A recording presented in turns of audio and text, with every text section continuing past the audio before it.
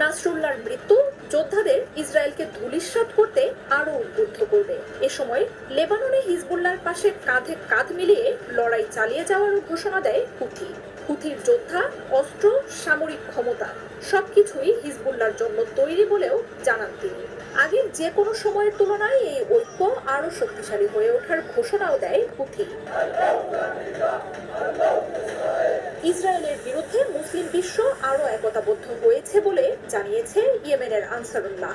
ইসমাইল হানিয়ার মৃত্যুর পরও হামাসকে দমন করতে না পারার হতাশা ইসরায়েল আবার ফেরত পাবে বলেও জানিয়েছে দলটি। হানিয়া বা নাসরুল্লাহর আত্মত্যাগ ইসরায়েলকে জয়ের তৃপ্তি না দিয়ে বরং তাদের ধূলিসাৎ করে দেবে বলেও জানায় আনসারুল্লাহ। ইসরায়েলের অনিবার্য পতনের আর খুব বেশি দেরি নেই বলেও মন্তব্য করেন আনসারুল্লাহ বাহিনী।